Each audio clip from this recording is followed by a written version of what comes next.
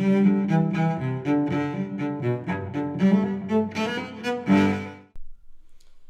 everyone, and welcome to this very special conversation.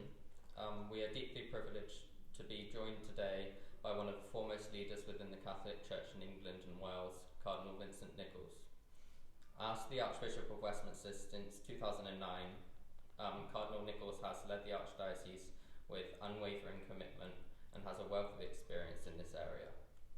His Eminence's pastoral approach has been defined by a deep concern for social justice, the dignity of the individual, and the importance of faith in public life. Cardinal Nichols has taken on many crucial roles within the broader Catholic Church, including serving as the President of the Catholic Bishops' Conference of England and Wales. Today, we are honoured to have the opportunity to engage with Cardinal Nichols on matters of faith, leadership, and the ongoing role of the Church in shaping a just and compassionate society. Join me in welcoming Cardinal Vincent Nichols. The first question I'm going to jump in with is regarding your personal vocation and faith journey. What was the pivotal moment that confirmed your calling to the priesthood, and how has your understanding of faith evolved throughout your journey? Well, that's a big question. I could talk for a long time. I think my instinct and sense that God wanted me to be a priest was something that grew over many years. I can think of a few pivotal moments. One, I remember being at Anfield, the Liverpool Football Club, watching a match and saying to God, please leave me alone. I just want to be one of the crowd. I don't want all this special stuff. Please just leave me alone. But then it became clear that that wasn't going to happen, and I was going to have to make a decision. And then I remember going to see the parish priest, and he sat me down and he knew my background, and I said, I think God wants me to be a priest. And he said to me, I want you to understand that to refuse a vocation is not a sin, which I thought was a very strange answer to give, except then I realised he wanted me to be quite free and not, as it were, under coercion in what I was to decide. And then there'd be other moments, which I can't go into all of them, even when I was in the seminary, when I thought, I don't think I can go through with this. And then, paradoxically, in one of those moments, I received a letter from a priest, a missionary in the Far East, who I didn't know, but he wrote to me and he said, I think you're going through a difficult moment at the moment, and I want you to encourage you to, once you put the hand to the plough, don't turn back. I still don't know who the priest was, but the letter came, and that helped me to go on. And then the second part of the question, how has my understanding and living of the faith changed? Well, in some ways, it doesn't change at all, because it's rooted in a relationship with Jesus. And it changes as that relationship grows, but the relationship itself is the steady bedrock of being a disciple, being a priest, and then being called to be a bishop. On the other hand, like every relationship, they go through ups and downs. Sometimes they deepen, sometimes become a bit routine, sometimes people in relationships stop talking to each other, and then they're jolted into a refreshing of that relationship. So at that level of my relationship with the Lord, all of those things would apply. But then, of course, the life of the church has developed as well and changed a lot in that time. So now, my fellow companions on the road of faith in God are far broader than they were when I was a young priest. So we talk, as brothers and sisters now with people of the Church of England. We talk as brothers and sisters with members of the Islamic faith that I know well, of the Jewish faith. And so there's a much broader coalition of those who believe in God and then those who believe in Jesus Christ than there ever was when I was beginning to be prepared to be a priest. So I lived in Rome all the way through the Second Vatican Council, And that was one of the moments when, as somebody said, the windows in the church were opened. So it's been a fascinating journey for me. So you mentioned that things have changed quite a lot since you first entered the priesthood. Looking back on your tenure specifically as Archbishop of Westminster, what lasting impact do you hope to leave, and how do you envision the church's future direction? My goodness, you like asking big questions, don't you? I mean, I must admit, I'm not too conscious or thoughtful about what my reputation or legacy might be. That really doesn't figure much. I do what I can. I respond to the situations, and then a bit like Pope John the 23rd say, well, look, Lord, I'm going to sleep now. It's your church. You get on with it. I think the things that stand out from when I first came to Westminster was the visit of Pope Benedict XVI. I mean, it was an unforgettable experience for me to accompany Pope Benedict in the Pope-mobile as his procession went down the Mall with the Union Jack and the Vatican flags flying side by side. I must say, I never thought I would see that juxtaposition of British establishment and the Holy See, and I never thought that I'd be sitting alongside the Pope doing that. I think of the whole period of COVID and the challenges that gave to our community, to our society, and to the church. I think for a moment of an example when a local authority got in touch with one of the parishes and said, we're very concerned that your church is open, so would you please think of closing it again? This was after the first phase, but we want you to keep the food bank going. So the priest said to them, well, you can't have one without the other, because the food bank is an expression of our faith. It's the motivation why people do it so generously. And you can't, as it were, cut the roots off a tree and still expect to gather the fruit. And I think we've seen that relationship with public life strengthen a bit since that time, actually. I think there's more interest in many aspects of public life in the questions of faith than there were 15 years ago.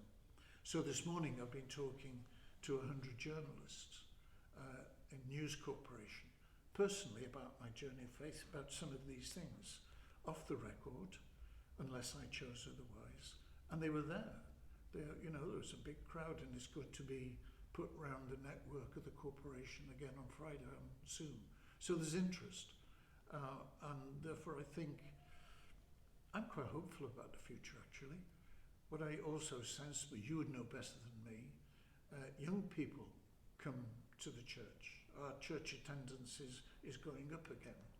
And young people come with a different background. They come because they're curious, they come because they've got questions, they've come because they want to find something a bit more in life, have a deeper understanding and horizon against which to live, and not simply because they might or might not have been given a Catholic upbringing as children. So, to very briefly build on this, would you say there's a single event that you partook in that stands out as something that you're proud of or you're happy with this during your time as Archbishop? Well, they would be a couple of things, but I think the way we're trying to recover and find fresh energy after that COVID period is a very important thing. And I think what we do find is some of the grand initiatives, like the Year of Mercy and this present one this year of being Pilgrims into Hope, they're very encouraging as well. I think the social outreach through Caritas that we achieve in the diocese is very impressive, actually. And I'm proud to have been able to help that. We have a particular project to do with helping victims of modern day trafficking, and that's a remarkable venture, and I'll be glad to see that develop, go from strength to strength. And of course always there's the issue of Catholic schools and the success, the steadiness, the adaptability of Catholic schooling is also a great credit to the diocese. Yeah. So following on from earlier, when you mentioned young people in the church, in our increasingly secular world, what do you see as the church's biggest challenges, and how can it remain a beacon of hope for future generations? That too is a very interesting question. If we take one example of human trafficking, Pope Francis has often spoken about human trafficking, and he describes it in this way: it is a wound in the body of humanity, and therefore it's a wound in the body of Christ. So in some ways, right at the heart of what the church is and stands for and wants to contribute is the truth of what it is to be human. So it's as if what Jesus gives us is an insight, a revelation of what it means to be a human person, a child of God, created by God, with a guide, a brother who can be our way, a truth in our life, with a destiny into a fulfillment with God, and understanding that we are of our very nature community people. We belong to each other. We're not isolated monarchs. So I can't make sense of myself except in relation to others. And it's these things that are the fundamental truth about ourselves, each other, our way of life together. And that's the contribution that I think the church keeps giving. And it gives it through some of the social projects that I've just talked about. And it gives it in a most remarkable way through the sacraments, because they not just symbolize, but actuate, make actual those fundamental truths about our origins and destiny, about the companionship of Jesus, about the way he reveals the truth, about how we come together as a community, how we understand what binds us together. It's not a football club, it's something that is deeply rooted in the truth of God and the truth of ourselves. So it's that horizon that I think the church gives and will keep giving. So I don't just live for this moment, I look beyond that. When a person marries, their horizon deepens, because now it's not just them. When they have children, it goes further. It's a bigger horizon. They begin to think about the future. And in the light of faith, we have an even wider horizon, which actually is the horizon of eternity.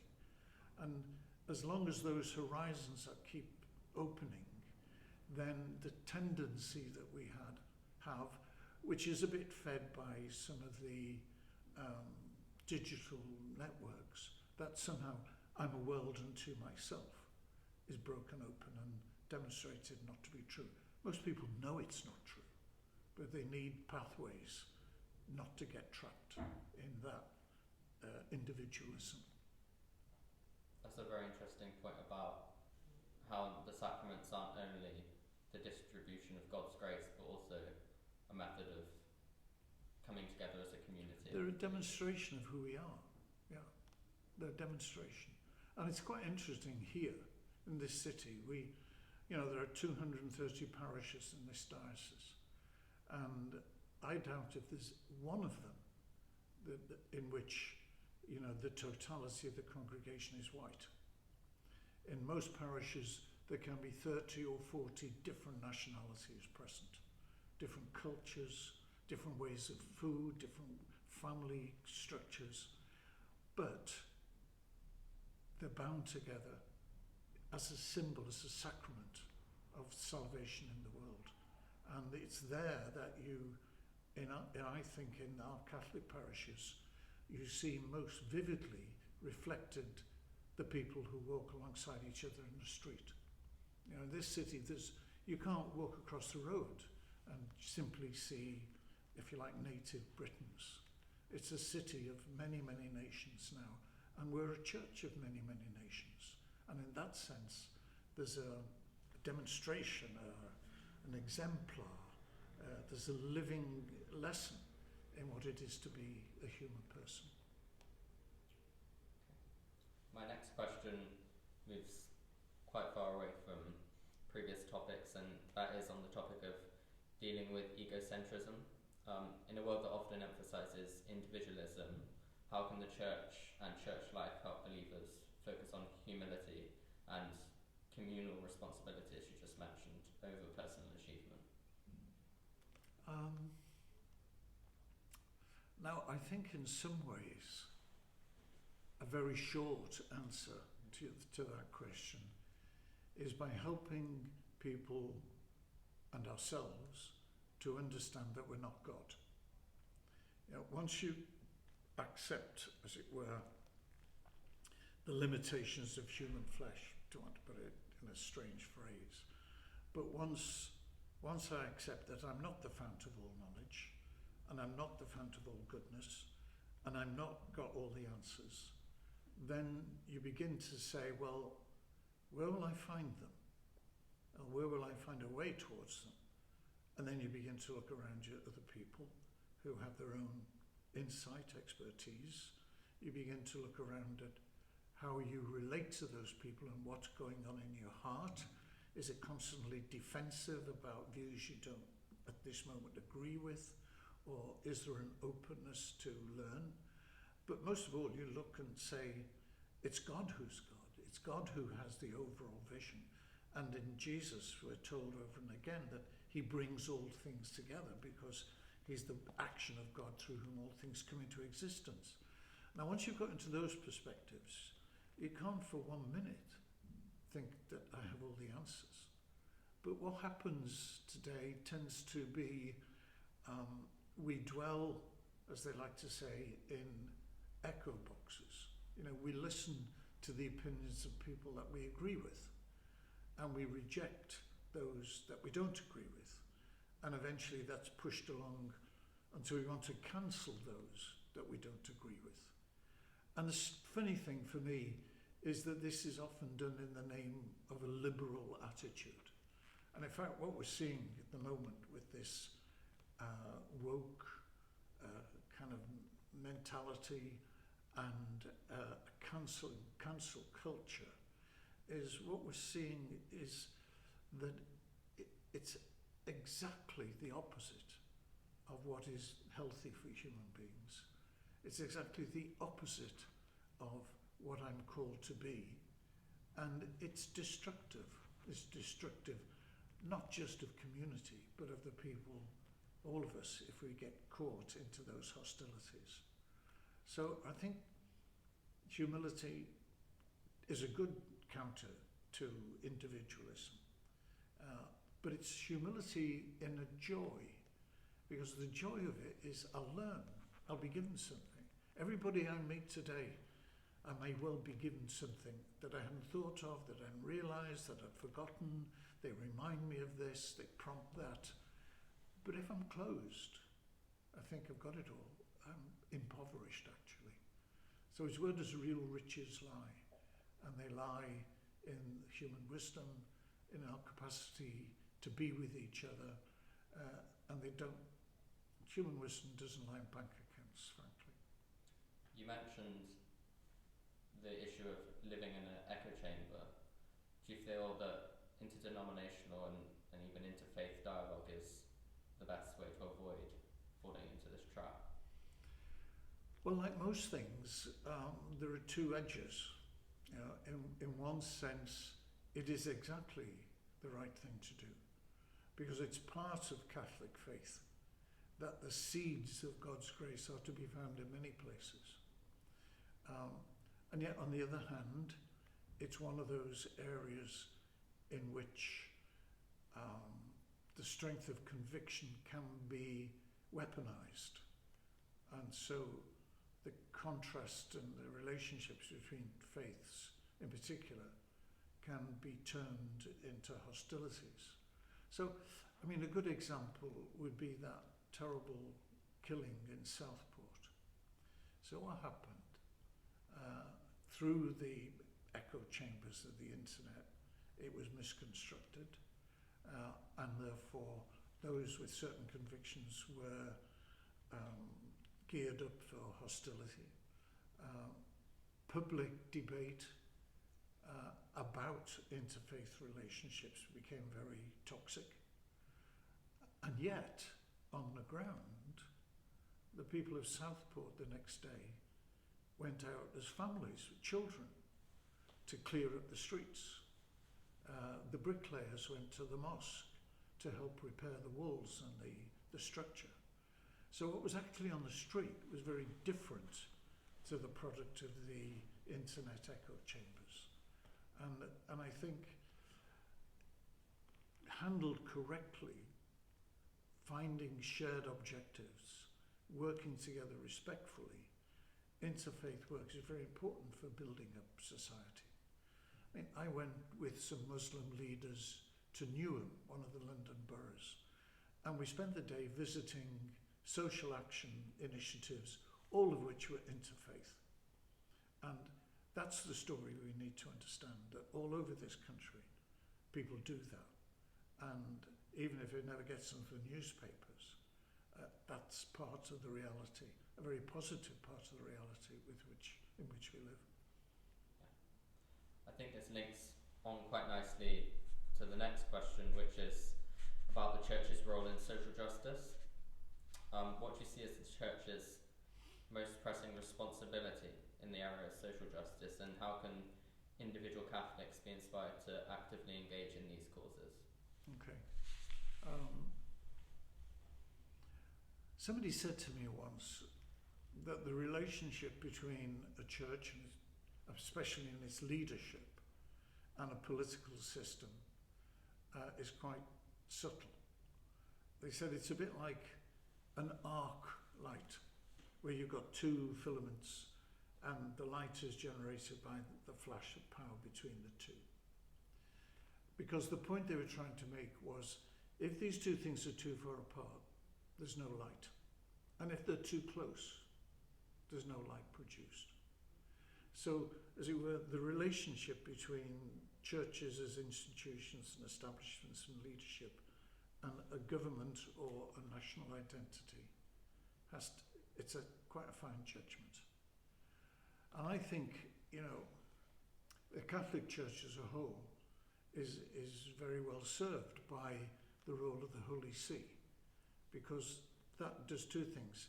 It reminds us that we're part of a universal church, and it stops us getting too close to a national identity. So there is a gap, but it can be a very creative gap when there's that interchange. So I think that helps you maybe to judge what positions as a leader that you take. And then secondly, there's a body of principles and teaching called Catholic social teaching. And that lays down, has been developed since the beginning of the last century, some of the principles for the engagement of the church in society. Now, they're principles, then they have to be applied. In Catholic social teaching, it's also stated very clearly that there is a distinction between pragmatic political program and the principles of Catholic social teaching. So it's not my job as a teacher of Catholic social teaching to develop pragmatic political programs of action. That's a job of a different sphere. But it is my job to try and relate the two. So the church doesn't carry in its back pocket political programs, or shouldn't. It does carry in its back pocket criteria by which we can, from different points of view, critique those programs and maybe press for change in them. So in that sense, the social function of the church as a whole is as a critical friend, and as Catholics, as individuals, then to make that pragmatic judgment of where they want to play their political role through party engagement or through voting or through voluntary work.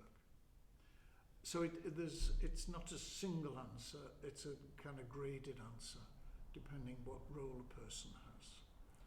So for example, we have this assisted dying bill.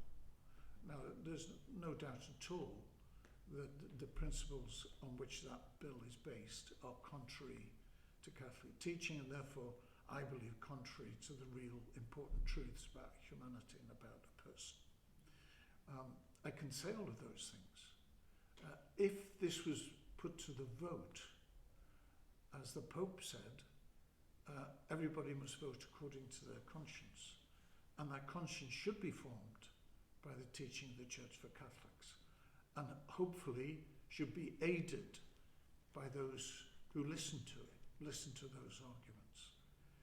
At this stage of the bill, now it's in committee stage, that they're lawyers' jobs, they're doctors' jobs, they're psychiatrists' jobs, they're judges to try and interpret how the provisions of this bill might or could be applied and what the problems are. To me, practically all of those groups are expressing deep reservation about the way this bill's been formed. So at the moment it's a mess. I can make the religious arguments, I can make the broader social arguments, but when it gets into the details, then it's the professional competence of those who are there. As we have just a few minutes before we end off with our conversation, I wanted to ask you a question I also asked at the end of my interview with Cardinal Radcliffe, and that is, having worked closely within the global Catholic community, what personal quality of Pope Francis has left the deepest impression on you? One, just one. Or you several? Or? I think it's his ability to hold together different views, to encourage the expression of different views with enthusiasm, as he likes to say, and yet at the same time to know that he has a unique responsibility and he will make those final decisions, and he'll make them unequivocally at times. And the second thing is his ability to sum up an argument or a cause or an appeal in a single phrase or a single gesture. So I think he, in that sense, is a person who has deep faith in God, holding together the life of the Church and through his ministry. But he's also a person who has, I don't know what, great imaginative, poetic capacity to appeal, either in a phrase or in an action, to what is best in humanity. What stuck out to Cardinal Radcliffe was Pope Francis and the way in which he gives full attention to the person he's speaking to, and shows great humility even. So. Okay, well, I'm going to close with the interview, and I just wanted to thank you for your time and generosity and being willing to participate in this interview, and I appreciate you probably get lots of contacts from much larger organisations. So that's okay. Thank you. Well, thank you for doing this work, and I hope it distributes well and maybe contribute a provocation or two to one or two of your listeners.